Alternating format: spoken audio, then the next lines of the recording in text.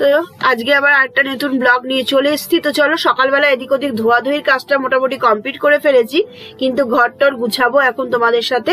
আর অনেকদিন পর ব্লগ দিচ্ছি, কারণ আমার মেয়ের পরীক্ষা শেষ হলো।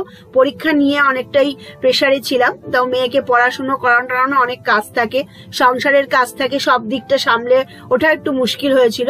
তো মেয়ের পরীক্ষাও শেষ হয়ে গেছে, এখন আবার সেই টিউশন দেবো, সেইগুলো খোঁজ খবর লাগানো হচ্ছে। তো সারাদিন এই কাজে মানে ব্যস্ততা রয়েছি। আর সমস্ত সবাই বাড়ি ঘরে থাকলে এই একটা অসুবিধা যে সব সময় রান্না বান্না করে খাওয়াতে হয়, আর বিভিন্ন রকমের রান্না বান্না করা হচ্ছে। সেইগুলোর রেসিপি তোমরা অবশ্যই ফেসবুকে পেয়ে যাবে, এবং আমি কিন্তু ইউটিউবেও দিয়ে থাকবো, কাজের সাথে সাথে রেসিপিও দেবো। তোমরা অবশ্যই রেসিপিগুলো ট্রাই করো, দারুণ দারুণ রেসিপি কিন্তু আমি দিয়ে থাকবো। তো চলো এই কথা বলতে বলতে দেখো আমার অনেকটাই কাজকর্ম হয়ে গেল। তো সকালবেলা ওইদিকের কাজকর্ম, এদিকের কাজকর্মটা হয়ে গেলে অনেকটাই কিন্তু ঘরটরের কাজ হয়ে যায়। তারপরে এদিকে টিফিন করা আছে, সমস্ত কিছুই করব, আস্তে আস্তে দেখতে থাকো। তো দেখো কাজ দাজ মোটামুটি কিন্তু কমপ্লিট করে ফেললাম। এই দেখো ঘর দোর সব মানে বিছনা মাদুর সব গোছানো গাছানো কমপ্লিট। আর সকালে টিফিন করেছিলাম আজকে আলুর পরোটা। তো অনেকদিন পর আলুর পরোটাটা খেলাম, তো তোমাদের সাথে অবশ্যই রেসিপিটাও শেয়ার করব। আর সকালের কাজ দাজও হয়ে গেছে, মোটামুটি ঘরটারও ঝাড় দেওয়া হয়ে গেছে। রান্নাঘরে বাসন রয়েছে বাকি, সেগুলোকে মাজতে হবে। মেয়ের জন্য আলুর পরোটা করে রেখেছি, মেয়ে এখনো স্কুল থেকে আসেনি, মানে ওর পরীক্ষা চলছে। তো আসলে খাবার দেব, আর এদিকে রান্না বান্না করব। কচুর লতি করব আজকে চিংড়ি মাছ দিয়ে, অল্প কটা চিংড়ি মাছ রয়েছে সেটা দিয়ে করব। তো লতিটা কাটাও হয়ে গেছে, সমস্ত কিছু কমপ্লিট করে ফেলেছি। আর শুধু বাসনগুলো মাজবো আর গ্যাসটা একটু মুছতে হবে। তো চলো দেখতে থাকো, অবশ্যই ভালো লাগবে। আর আমার ভালো লাগলে প্লিজ চ্যানেলটাকে সাবস্ক্রাইব করতে কিন্তু কেউ ভুলবে না। নতুন নতুন রেসিপি এবং সকালের ক্লিনিং রুটিন এবং ঘরের ক্লিনিং রুটিন নিয়ে আমার ব্লগ থাকে, অবশ্যই পাশে থেকেও এইটুকুই আশা করব। আর ঘর গোছানো সব কিছু কমপ্লিট, তোমাদের অবশ্যই সেগুলো শেয়ার করে দেবো। আর অনেকদিন ধরে কথা বলা হয় না, সে কারণে একটু কথা বলে নিলাম। মেয়েরও আসার টাইম হয়ে গেছে, মেয়ে আসলে অবশ্যই ওকে দেবো সস দিয়ে আলুর পরোটা দিয়ে দেবো, ব্যাস। আর বাসন অনেক করা রয়েছে, মানে এই পরোটা করার জন্য প্রচুর বাসন রয়েছে, সেগুলোকে সব মাজতে হবে। আর সব কিছু কমপ্লিট, কয়েকটা জামা কাপড় সেগুলোকে মানে মেলবো। কালকে বৃষ্টি হয়েছিল, তো কিচ্ছু শুকায়নি, তো সেগুলোকে দেওয়া হয়েছে। আর আজকে কিছু মানে কাঁচা হচ্ছে, সেগুলোকে দেওয়া হবে। তো চলো দেখতে থাকো।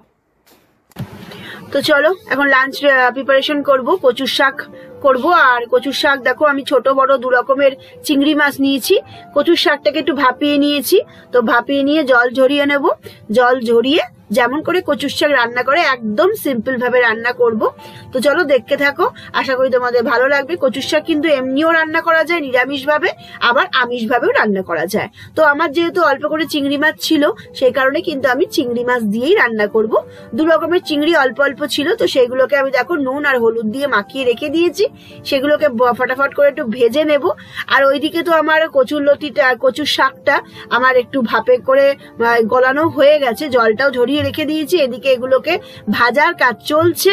তো এর মধ্যে কিন্তু বেশি একটা মশলাপাতি দেওয়ার ঝামেলা নেই, শুধু ওই কচুর শাকটা কাটতেই যা একটু টাইম লাগে। তো সকালে আমি বসে বসে কেটে ফেলেছি, আর হাজবেন্ডও একটু সাহায্য করে দিয়েছে।